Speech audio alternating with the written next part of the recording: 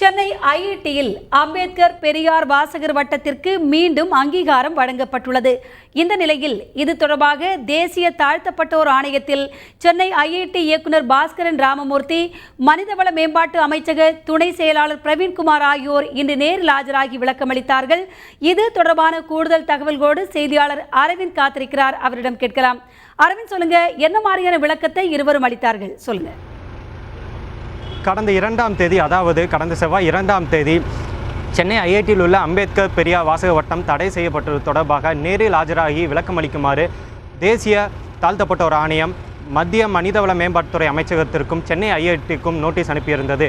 இந்நிலையில் இன்று சென்னை ஐஐடியின் இயக்குனர் பாஸ்கரன் ராமமூர்த்தி மற்றும் மனிதவள மேம்பாட்டுத்துறை அமைச்சகத்தின் துணை செயலாளர் பிரவீன்குமார் நேரில் ஆஜராகி விளக்கமளித்தனர். அந்த விளக்கத்தில் மத்திய மனிதவள மேம்பாட்டுத்துறை அமைச்சகத்தின் சார்பில் எங்களுக்கு ஒரு புகார் வந்தது. அந்த புகாரின் அடிப்படையில் அம்பேத்கர் பெரியார் வாசக வட்டம் தொடர்பான அறிக்கையை சமர்ப்பிக்குமாறு சென்னை ஐஐடிக்கு உத்தரவிட்டிருந்தோம். ஆனால் நாங்கள் அவர்களை தடை செய்ய எந்த உத்தரவும் பிறப்பிக்கவில்லை என்று அவர்கள் கூறினார். இதனை கேட்ட தேசிய தாழ்த்தப்பட்டோர் ஆணையத்தின் தலைவர் PL பூனியா சென்னை ஐஐடி இயக்குநரிடம் நீங்கள் எதன் அடிப்படையில் அந்த வாசக வட்டத்தை தடை செய்தீர்கள் என்று கேள்வி எழுப்பினார். அப்பொழுது அவர், நாங்கள் தடை செய்திருந்தாலும் தற்பொழுது அந்த தடையை நீக்கிவிட்டோம் என தெரிவித்தார்.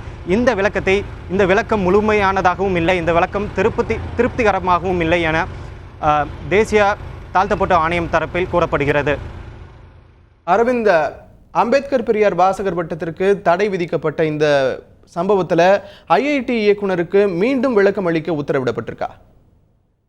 நான் முன்பே கூறியது போல, இன்று அவர்கள் நேரில் ஆஜராகி விளக்கம் அளித்தாலும் அந்த விளக்கம் முழுமையானதாகவும் இல்லை, திருப்திகரமாகவும் இல்லை என தேசிய தாழ்த்தப்பட்டோர் ஆணையம் கருதுவதால் அவர்களுக்கு மேலும் இன்று நடைபெற்ற கூட்டத்தின் அடிப்படையில் மேலும் சென்னை ஐஐடிக்கு மற்றும் ஒரு நோட்டீஸ் அனுப்பப்பட்டுள்ளது. இந்த நோட்டீஸிற்கு 10 நாட்களுக்குள் பதிலளிக்குமாறும் அதனைத் தொடர்ந்து ஜூலை 6ஆம் தேதி நேரில் ஆஜராகி விளக்கம் அளிக்குமாறும் உத்தரவு பிறப்பித்துள்ளனர்.